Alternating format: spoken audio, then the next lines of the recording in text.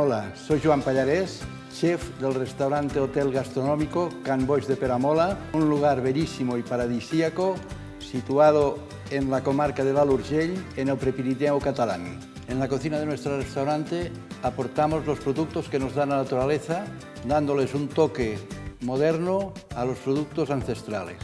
Les voy a preparar un pollo de corral, una receta tradicional nuestra que ha pasado de generación en generación. Lo primero que hacemos es poner la manteca de cerdo en la cazuela con aceite a partes iguales. Salpimentamos el pollo. Lo incorporamos al sartén cuando el aceite esté bien caliente hasta que esté dorado. Después vertemos el vino rancio y lo dejamos reducir a la mitad. A continuación añadimos unas hojas de laurel, los dientes de ajo y la cebolla picada. Lo sofreímos durante unos minutos.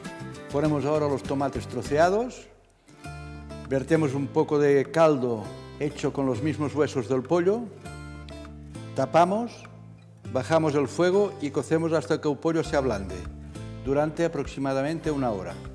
Al final de la cocción añadimos los piñones y las ciruelas. Lo dejamos 5 minutos más hasta que se ablanden las ciruelas y ya tenemos nuestro pollo listo para emplatar.